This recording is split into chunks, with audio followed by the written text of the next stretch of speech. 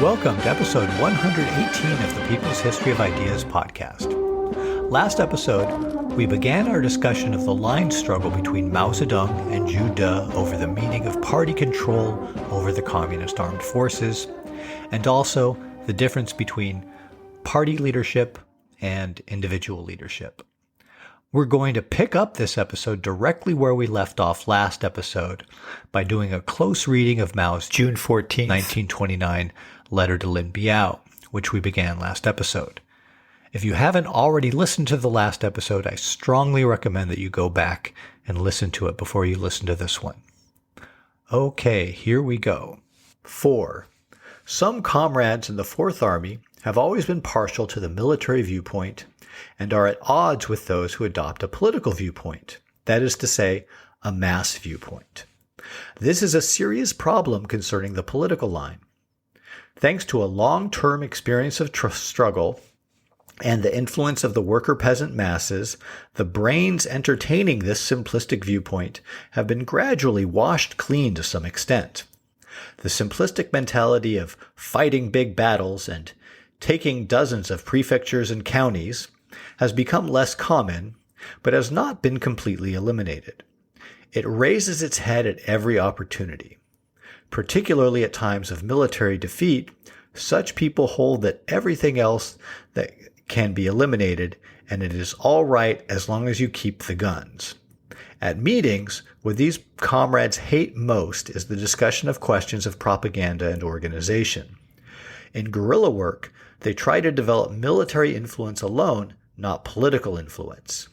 The cliquism left over from the warlord armies is one of the problems that does the most harm to the Red Army. And yet, a minority of comrades are not only unwilling to strive vigorously to eliminate cliquism, but even have a tendency to encourage it. If we do not eliminate cliquism, it will be impossible to have completely collective leadership by the party, as they do in the 2nd and 4th Regiments. And then the Red Army will be nothing but a fine-sounding name. End quote.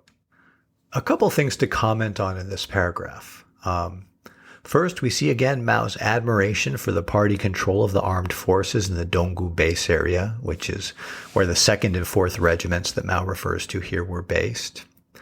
Also, while we already know that this whole polemic is aimed at Zhu De and Liu Angong, there's something in this paragraph which would be easy to miss if you don't know the personal history of Zhu and Liu. If you listen to our series of episodes on Zhu De's background, you know that Zhu was formerly a leading officer in a warlord army in Sichuan. So you might just think that Mao is referring to that past when he talks about the cliquism left over from warlord armies.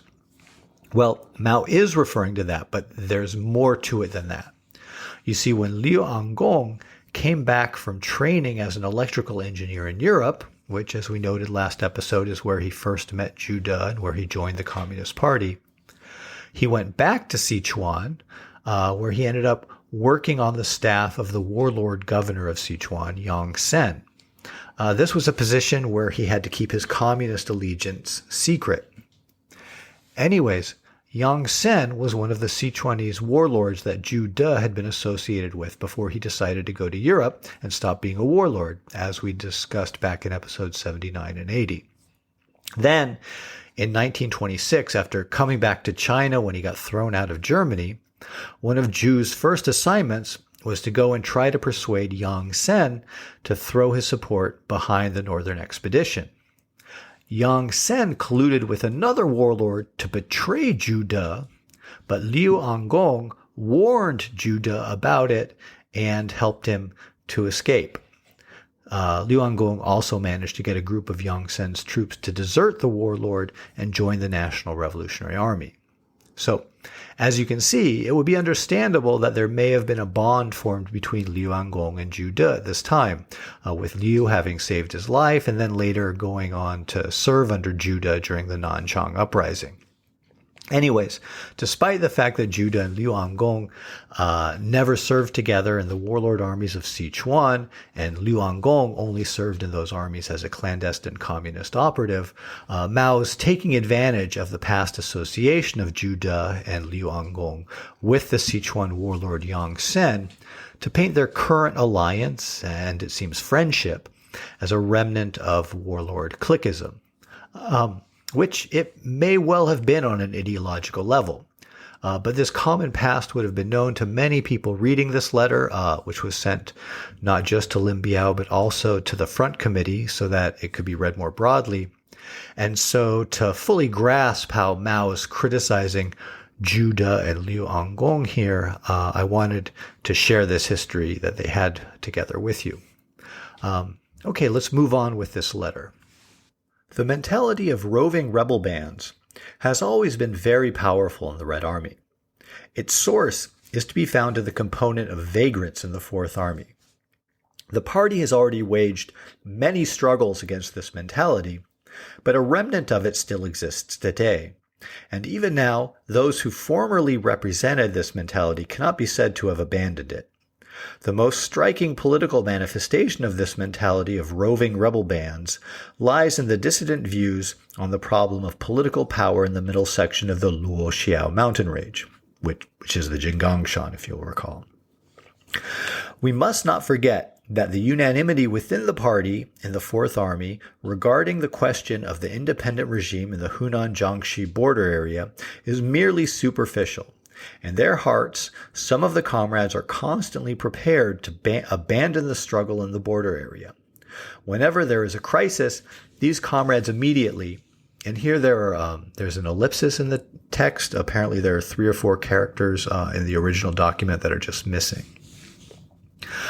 And it continues. All those who have participated in the struggle in the Hunan-Jiangxi border area understand this. The question of establishing a military force in the Hunan-Jiangxi border area has always ended in a struggle because it involves transferring guns from the Red Army. This is a manifestation of opposing views coming out of 2 different political lines, that of the military viewpoint and that of the mass viewpoint.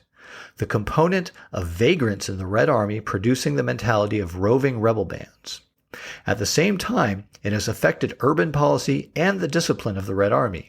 It is also evident that responsible comrades have put forward different views.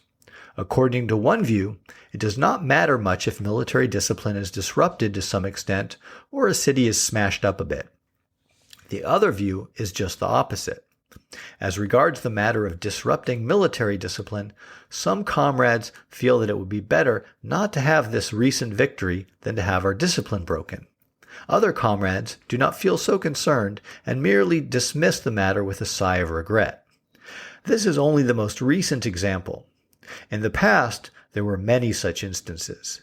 The question of military discipline is a big question for the Red Army, but because one group of people advocates rigor while another group advocates laxity, the result is rather negative.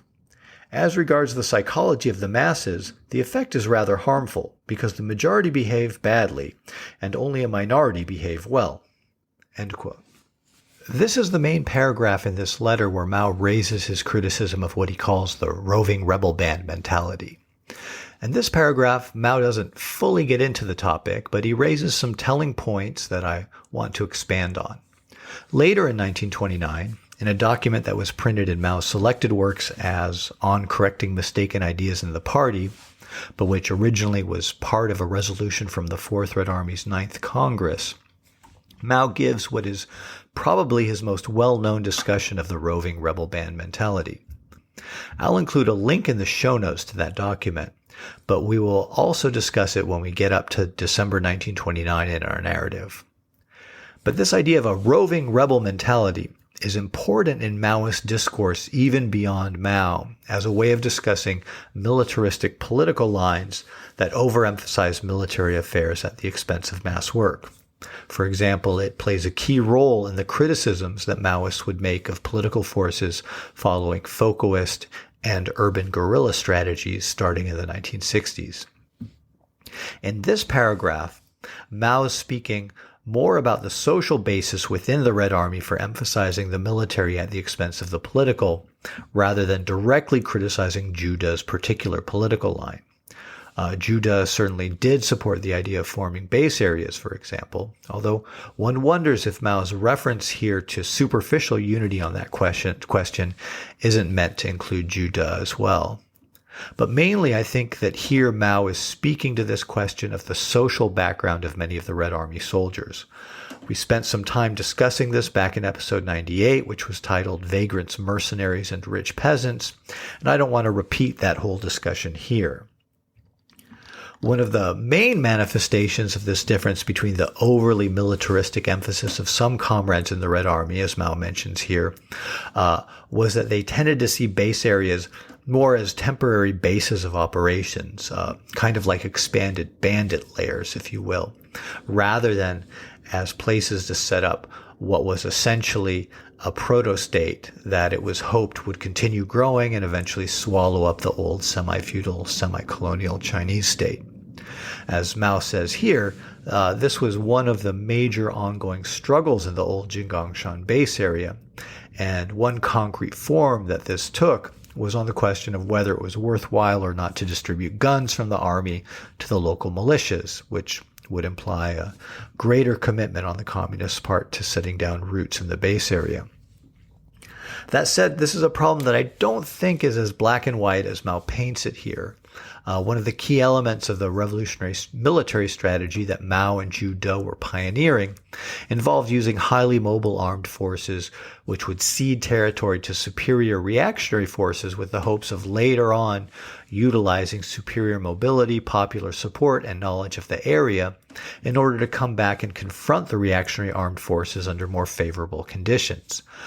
This strategy was captured in Mao and Zhu's maxim that, quote, the enemy advances, we retreat.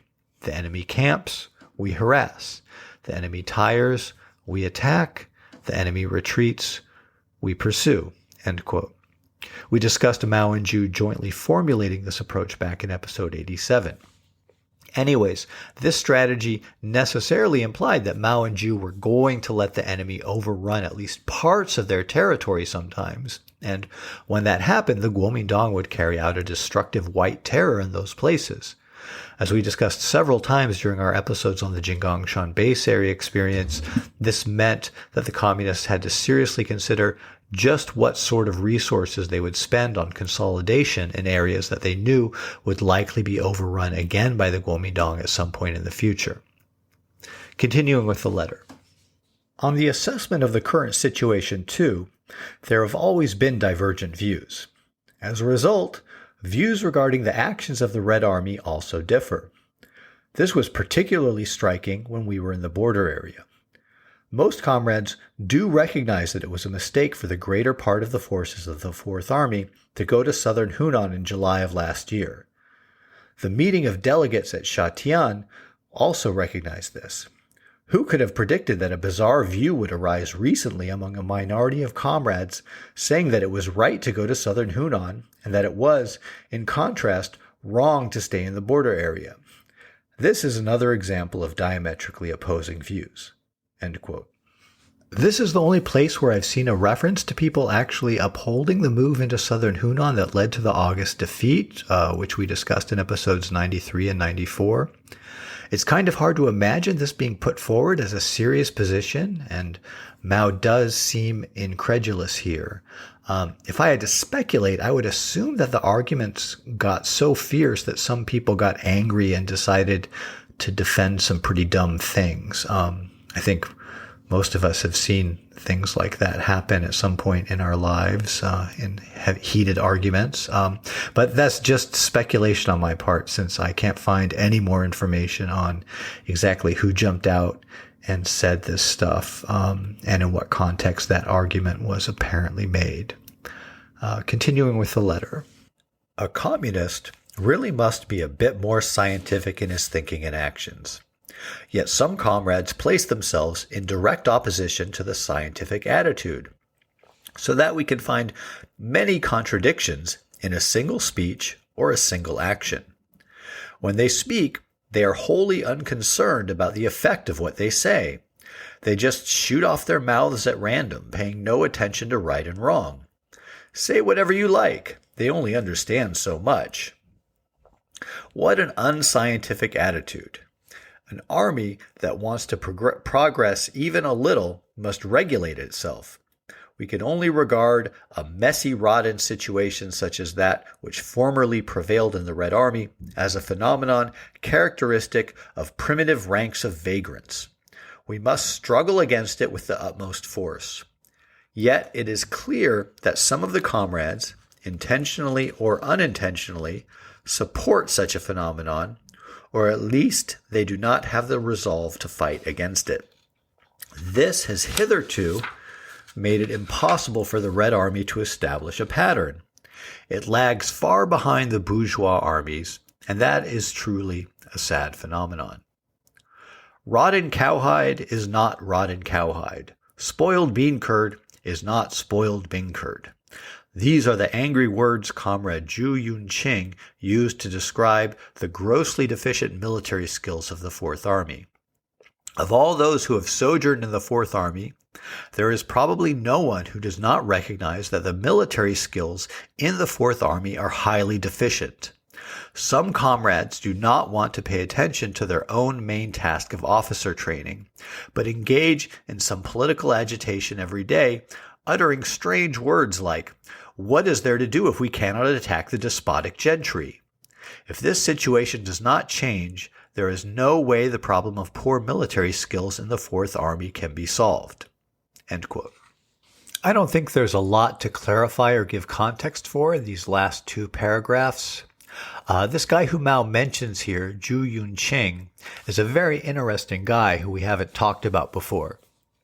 At this time, his position was chief political advisor to the Fourth Army, and he had played a number of leading roles in the Jinggangshan base area, including being commander of the 31st Regiment, which was the regiment made up at its core of troops from Mao's Autumn Harvest Uprising, and being one of the commanders at the Battle of Huangyongjie, which you might remember from episode 94.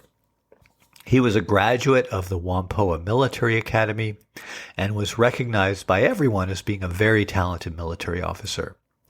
He was also, at the time of the events in this episode, just 22 years old, which is a reminder of just how young the vast majority of the people who were involved in these events were.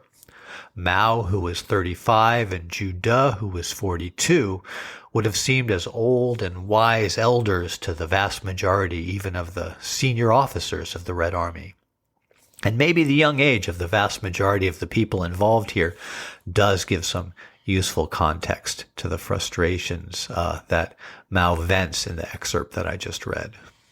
All right, now Mao moves on to point 5 in his letter. It's kind of long, but I'm going to read the whole thing together, mainly because I won't have a lot to add to it, and also because we talked about a lot of the issues involved here last episode. I'm tempted to skip this section entirely, but I think it does give some sense of how the Red Army, the Communist Party, and the various mass organizations associated with the party were functioning. And indeed, it seems clear from what Mao is saying here that while the distinctions between the various organizations were clear in his own mind, they were not in the minds of many other people in and around the party and army. Okay, this is a long excerpt, and then I'll say a few more words about it after I read it. 5. In recent days, the most obvious manifestation of the two opposing views has been the controversy regarding the Army Committee. A minority of comrades insist on having an Army Committee. What they really want is to have a leading party organ in their hands in order to provide scope for the manifestation of their long-suppressed ambitions, which represent yet another guiding line different from that of the past. Yet they give grave and ceremonious reasons, which unfortunately are merely formalistic. They say, if the name is the Fourth Army, there should be an Army Committee. To complete the organizational system requires an Army Committee. Is this not an utterly formalistic mode of expression? At present, we have only a small army of somewhat more than 4,000. We do not have many armies, as the Central Committee has many provinces under it. Moreover, the guerrilla period, in which the army is often on the march, is quite unlike the period of the border area, when the army was often garrisoned and demands swift and centralized army command. A minority of comrades do not consider these practical reasons at all. They are just obstinately resolved to insert formalistically an army committee between the front committee above and the column committee below. Everyone knows we don't really need it, when the people are the same and the work is the same. Yet a minority of comrades have exerted their utmost efforts, insisting that it must absolutely be set up. What actually is the reason for all this? If you want to search out a reason, I can only say that this is the synthesis of all the wrong lines practiced by a minority of comrades in the past, and the final struggle between two guiding lines. We can easily understand the true meaning of this debate if we have a clear understanding of the history of the Fourth Army. To set up a new leading organization, the Army Committee, they had to dig out the old reasons to attack the old leading organizations, the Front Committee and the party branches. The most specific arguments put forward in their attack are 1. That the party has replaced the mass organizations, 2. That there is a patriarchal system within the party in the Fourth Army. But these attacks, too, lapse completely into formalism.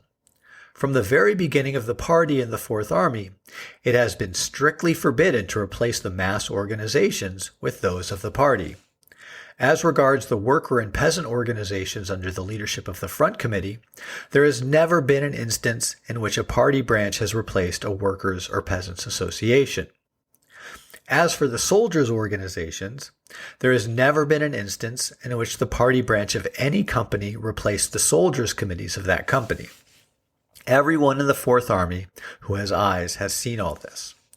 As for a party bureau or organ replacing a mass organ or an administrative organ, for example, the replacement of the column soldiers committee, the column headquarters, or the column political department by the column committee, or the replacement of the army soldiers committee, the army headquarters, or the army political department by the front committee, these things have never happened either. But here also, the formalism of a minority of comrades has manifested itself. They say that even though the organs of the party bureau have not replaced the mass organs or the administrative organs, the column headquarters, in fact, rarely reports to the army headquarters, and that the army headquarters is now treated lightly. This minority of comrades does not understand that this represents the difference between formalism and utilitarianism. The leadership of the column committee and the front committee having been strengthened, all questions, whichever ones they want to raise, can be raised at the meetings, discussed, and resolved. Afterward, the responsible comrades in the administrative organs will be notified and will carry out these resolutions. Otherwise, it can be called acting on one's own, as in the arbitrary allocation of financial resources, guns and ammunition, and so on. This sort of thing is an example of the strengthening of party leadership. We have to admit that this represents progress. At every meeting, the responsible comrades from the administrative organs are always present and voice their opinions. Moreover, many questions can be discussed only if they are raised by these responsible comrades. For example, battle plans, training plans for officers and soldiers, etc. Everybody has participated in the discussion and voting on these questions, and afterward the decisions are carried out. As a result, it is felt that the administrative organs have become somewhat simpler and freer. In reality, what is so bad about that? The army commander is not so busy, but the party representative, who is quite distinct from the secretary of the party committee, has even less to do, because the party representatives at the lower levels do not send reports to him. The column headquarters sends few reports to the army headquarters, but the political department of the column sends even fewer reports to the political department of the army. not taking into account the comparison between the recent situation and the arbitrary allocation which prevailed earlier in the administration, not considering whether the present system leads to more results in the work and is more convenient for struggle than in the earlier period of frenzied activity, the first stage of the Hunan-Jiangxi border area when there were many more reports, judging not on the basis of practical needs but on the basis of mere outward forms. What kind of communist attitude is this? Let me just ask, if it does not work in practice, no matter how much better it looks in terms of form, what use is it? And as for the accusations against the Action Committee of the Hunan-Jiangxi border area, they do not consider how many results the system of the Action Committee achieved in the border area. They merely opine in formal terms that the party organization replaced the administrative organ and that this was a bad thing. This is another formalistic error. If this formalism continues to develop in all matters, the results will not be considered, but only the form, and this will be unspeakably dangerous. Everyone who has eyes to see understands that the Action Committee system achieved very great results in the struggle in the border area. Moreover, the Action Committee functions on the one hand as an internal party bureau and, on the other hand, as an open administrative office. Why would this in any way hamper the system of administrative organs? As for the attack on the patriarchal system within the party and the Fourth Army, this is also a formalistic observation. Here we must first ask what a patriarchal system is. Only then can we know if there is such a system in the Fourth Army. Otherwise, casual and thoughtless comments will assuredly not correspond to the facts. The definition of a patriarchal system is that there are only orders from individuals, no collective discussion. There are only appointments from above, not elections by the masses. If everyone agrees with this definition, let us see if there exists within the party of the Fourth Army what this definition describes. We will then know whether there is a patriarchal system or not. Collective discussion in the party of the Fourth Army, from the party branch to the front committee, has always existed. At party meetings at every level, particularly the two levels of the front committee and the column committee, whether it is a general meeting or a meeting of the members of the standing committee, on virtually every occasion there are present, besides the committee members who are required to be there, comrades in responsible positions who are not committee members. If some comrades of the minority are forgetful, they can check the minutes of the meetings of all the columns. The third column has a complete set of minutes since May of last year. Not a single one is missing. And of the front committee, the minutes are available starting with this year and none are missing. On the important questions, such as the discussion about leaving the Jinggangshan, the separation of our forces in Donggu, or the current debate and the separation of forces, we have always sought the opinions of the masses. There are simply no grounds for saying that within the party of the Fourth Army, there are only orders by individuals and no collective discussion. As for the process by which the various leading organs were created, from the detachment committees to the column committees and the front committee, they were appointed by the Central Committee. But this is no proof that a patriarchal system exists within the party of the Fourth Army. In fact, one cannot find a patriarchal system within the party of the Fourth Army. Why do the comrades of the minority use this excuse? What is the objective origin of this kind of talk? It is true that in the Fourth Army, there is the system which allows the party secretary to serve concurrently as the Red Army party representative. Some comrades do not distinguish clearly that the party representative and the secretary are two different things as regards their functions. Because the spheres of competence of the party representatives and of the military commanders have never been fully clarified, the problem of a struggle for power frequently arises. This has led some muddle-headed people to regard the party representative working in a certain place as the party secretary working there. This is why comrades in several companies of the third column called the party secretary of their company boss. This mistake can be eliminated only by separating the party representative from the party secretary. This can be done by searching for people from within, on the one hand, and by looking at the same time for more people from the outside. On the other, the concurrent posts in the past were the result of the fact that we had very few qualified people. Everyone knows this. The source of formalism lies in idealism. Idealism comes from individualism that originates in the categories of the vagrants, the peasantry, and the petty bourgeoisie. This is based on the same line as cliquism, the roving rebel mentality, the purely military viewpoint, and so on. All these are one and the same thing. Another aspect of the development of this kind of thinking will assuredly lead to the doctrine of the separation of powers, another way of thinking which represents the vagrants, the peasantry, and the petty bourgeoisie.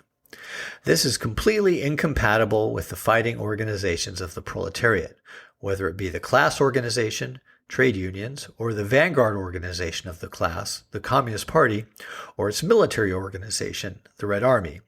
This is why the form of separation of powers should not be allowed to exist in the Army Committee and the Front Committee. Vaingloriousness, boasting, the ideology of the hero, and other decadent ways of thinking all have their origin in individualism. End quote. As I said in my preamble to reading this long excerpt, I don't have a lot to add, and I mainly read it all out so that you could just get a sense of some of how things were functioning. It's interesting to compare this bit of the letter to Lin Biao to Mao's October 1928 draft resolution of the Second Congress of the County Party organizations in the Hunan-Jiangxi border area just 8 months earlier. As we discussed in episode 96, in that document, Mao gave a self-critical discussion about how committees were actually functioning, as opposed to how they were supposed to be functioning, and even how this sometimes meant that Mao himself was a one-person front committee. As I pointed out back in episode 96, there were always a million tasks to be carried out under very dangerous and chaotic conditions. And with the shortage of capable party cadre available for work, the tendency was for anyone who could do the work to be given a portfolio of tasks which pushed the limits of what any one person could do. In practice, this meant setting aside many of the organizational norms that the party was, on paper, supposed to follow in its functioning. Now, 8 months later, in this letter to Lin Biao, Mao's taking a different tack, and aside from recognizing the way in which a shortage of qualified personnel continued to result in a small number of cadres holding a lot of posts concurrently in different party, army, and mass organizations, Mao's writing as if many of the issues that he criticized himself for in October 1928 had been overcome. Clearly, his critics disagreed, but also it seems that they were criticizing Mao because they disagreed with his politics, not because of the organizational issues that they were raising in order to attack him. If that's true, that would make their criticisms basically opportunistic in character and would make Mao's defensiveness on issues that he was earlier openly self-critical about more understandable. And it does seem from how Mao is writing here that he felt that there had been major progress on many of the problems that he discussed in that October 1928 resolution. All right, I'm going to wrap up this episode here. Next episode, we'll finish our discussion of the June 14th letter to Lin Biao and move on to discuss how the issues here were decided on by the Red Army Party Congress that was held on June 22nd. Until then, be well.